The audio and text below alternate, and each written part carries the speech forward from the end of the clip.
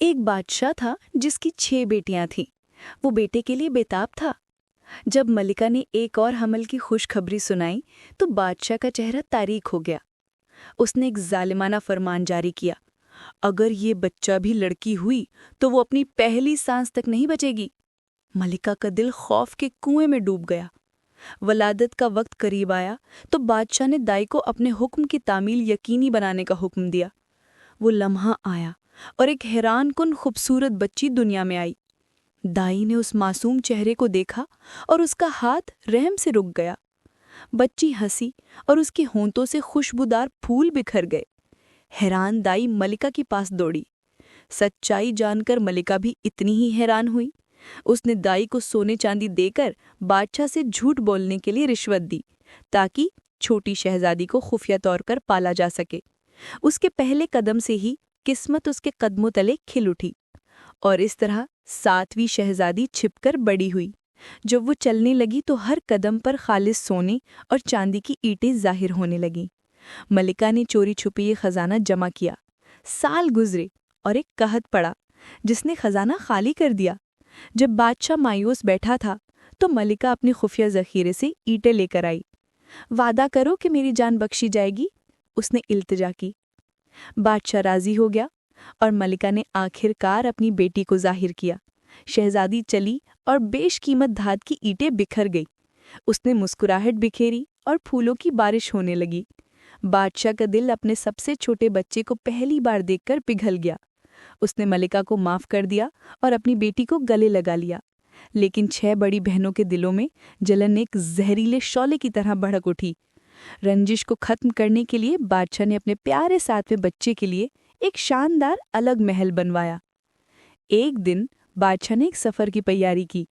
उसने हर बेटी से पूछा कि वो अपनी वापसी पर कौन सा तोहफा चाहती है। सबसे छोटी शहजादी दुआ में गुम अपनी खादमा से सब्र मांगने को कहा। खादमा ने गलतफहमी में ये समझा कि ये एक जिस्मानी चीज़ है। वापस लौटने पर बादशाह दूसरों के लिए तोहफे लाया और अपनी सबसे छोटी को एक छोटा सजा हुआ डब्बा दिया। ये रहा सब्र, उसने कहा। उलझन में शहजादी ने डब्बे को एक तरफ रख दिया। एक तपती दोपहर पंखा ढूंढते हुए उसने उसे खोला। अंदर एक नफीस सजा हुआ हाथ पंखा पड़ा था। जैसे ही उसने उसे हिलाया, एक बेमिसाल खूबसूरती का शहजादा उसके सामने आ गया। वो सतने में बेहोश हो गई। उसने उसे होश में लाया, सरगोशी करते हुए, इस पंखे को हिलाओ और मैं हाजिर हो जाऊंगा, दोबारा हिलाओ और मैं चला जाऊंगा। इस तरह वो दिन रात एक साथ गुजारने लगे। राज ज्यादा देर तक छिपा न रहा। हासिद बहनों ने सच्चाई का पता लगा लिया। दोस्ती का ढोंग रचते हुए उन्होंने तफसीलात जानने की कोशिश की। हमने आपके मेहमान के लिए एक नरम बिस्तर तैयार किया है, उन्होंने एक दिन पेशकश की, लेकिन उन्होंने उसे शीशे के टुकड़ों से भर दिया। उन पर भरोसा करते हुए शहजादी ने अपने शहजादे को बुलाया। जैसे ही वो लेटा, शीशे ने उसकी जिल्द को छेद दिया और वो खून से तर हो गया। घबराहट में उसने पंखा हिलाया, उसे उसके वतन वापस भेज दिया।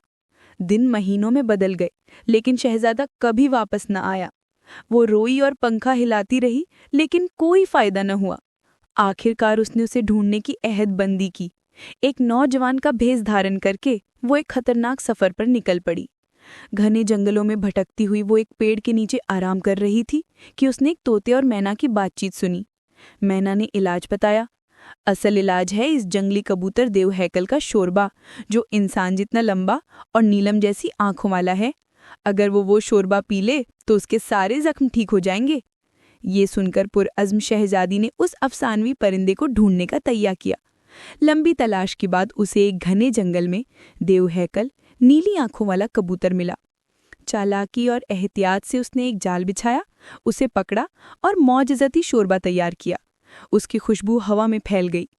एक हकीम का भेष धारण करके शहजादे की रियासत में पहुंचकर उसने अपना इलाज देने की दरख्वास्त की। दरबारी शहजादे के जख्मों को अपनी आंखों के सामने ठीक होते देखकर हैरान रह गए। कुछ ही दिनों में वो पहले से भी ज्यादा चमकता हुआ सेहतमंद हो गया। शुक्रगुजार शहजादे ने हकीम को बुलाया। तुमने मेरी जान बचाई, कुछ भी मांगो और वो तुम्हारा होगा।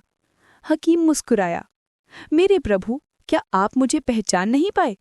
उसने अपना नकाब हटाया। शहजादा हैरत से देखता रह गया। उसकी महबूबा उसके सामने खड़ी थी। मगलूब होकर वो उसके कदमों पर गिर पड़ा। उसने उसे अपनी जीवन की रानी और तख्त पर अपनी बराबर की हकदार का ऐलान किया।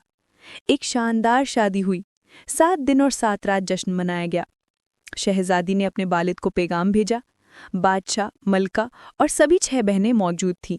बड़ी बहनों ने शर्मिंदगी से माफ़ी मांगी। शहजादी ने आसमान जितना वसी दिल से उन सबको माफ़ कर दिया। उसकी हंसी से फूल खिलते, उसके कदमों से सोना बिछता, और जब वो अपना पंखा हिलाती तो वो हवा नहीं बल्कि खुशियों की हवाएं ही चला देती। अगर इस महफूज शहजादी की हिम्मत की कहानी ने आपको मुतासिर किया है तो कृपया करके इस वीडियो को लाइक करें और